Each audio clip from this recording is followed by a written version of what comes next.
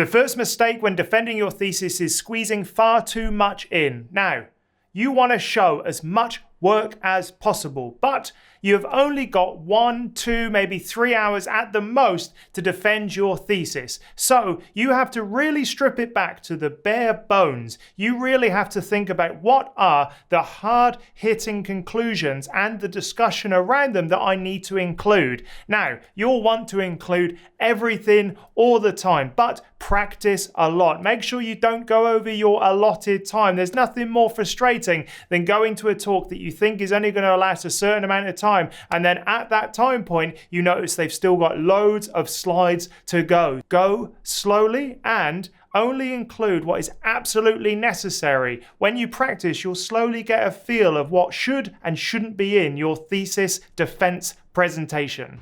One of my favorite tricks is to actually put in anticipated questions. Because you're not including everything that you've ever done, as you're kind of looking at your presentation, look at obvious gaps. Now, your research reviewers, they're going to be looking for those obvious gaps. They're going to sort of immediately spring into their mind as you're talking. So what I like to do at the end of my presentation is leave a blank slide and then put graphs and tables and stuff that could support your answer to an obvious question. If you've got a particular person on your panel who really likes the theoretical stuff, or really likes this technique, or really sort of wants to know about the particular chemistry, in my case, that you were doing, you have to make sure that you have backup slides that answer those specific questions. Academics like to stay in their own little sort of knowledge bubble. It makes them feel powerful. So Google your panel and make sure that you have backup slides on the end of your research presentation to answer any specific research questions that they ask. Another big mistake is not practicing, and I get it. It feels weird. It feels really weird to talk in loud and proud to either no one or just 1 or 2 people, but practicing is exactly what you want to do. You want to practice your research presentation to the point where it is natural-ish. You don't want it verbatim, but you do want to be able to know what's coming next and anticipate sort of your flow through the slides. And the only way you can do that is by practicing. Get over that kind of awkward hurdle, ask a friend to sit in, and buy them a cup of coffee. That always gets people in for a practice.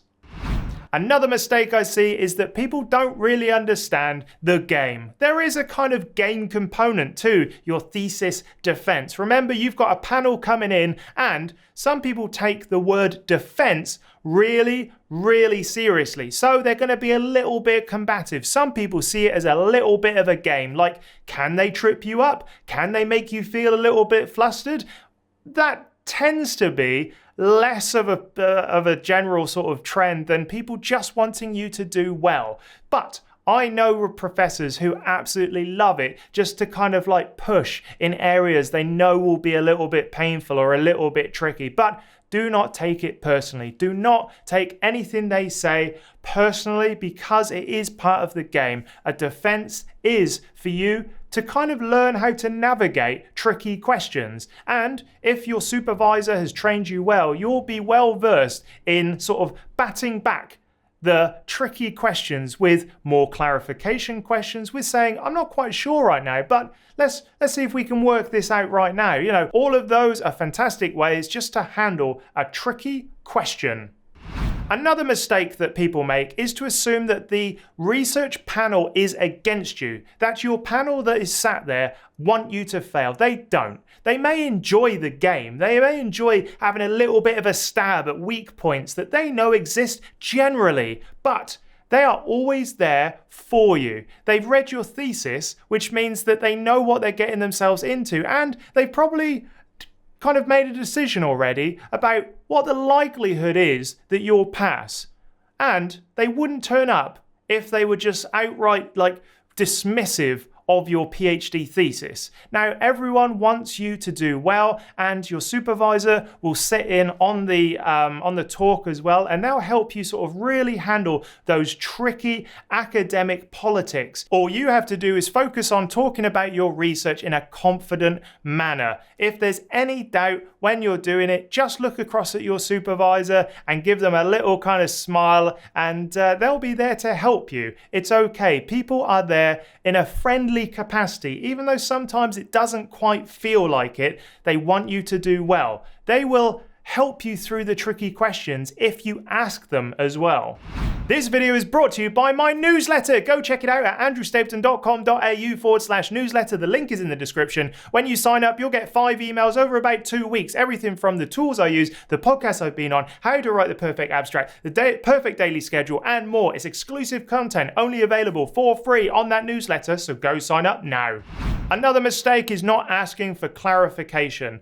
I've seen it so many times in thesis defense, in presentations in general, is the person thinks that they kind of need to understand what the other person means exactly, and then they go off on this weird kind of tangent, completely sort of against and opposed to what was really asked. So, if anything catches you off guard, it is perfectly okay to ask for clarification. Can you repeat the question? Did you mean this? Are you more interested in this component? Is that a 2-part question where you mean this and this? Those are perfectly acceptable sort of like first responses to anything you don't understand, and use them a lot. This is a discussion. It isn't necessarily a one-way kind of spill that proves that you're right. They'll speak to you, and sometimes academics are a little bit confusing.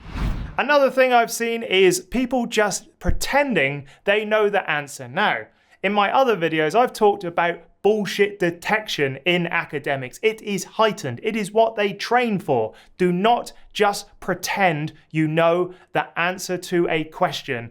Ask clarification. Say you don't know.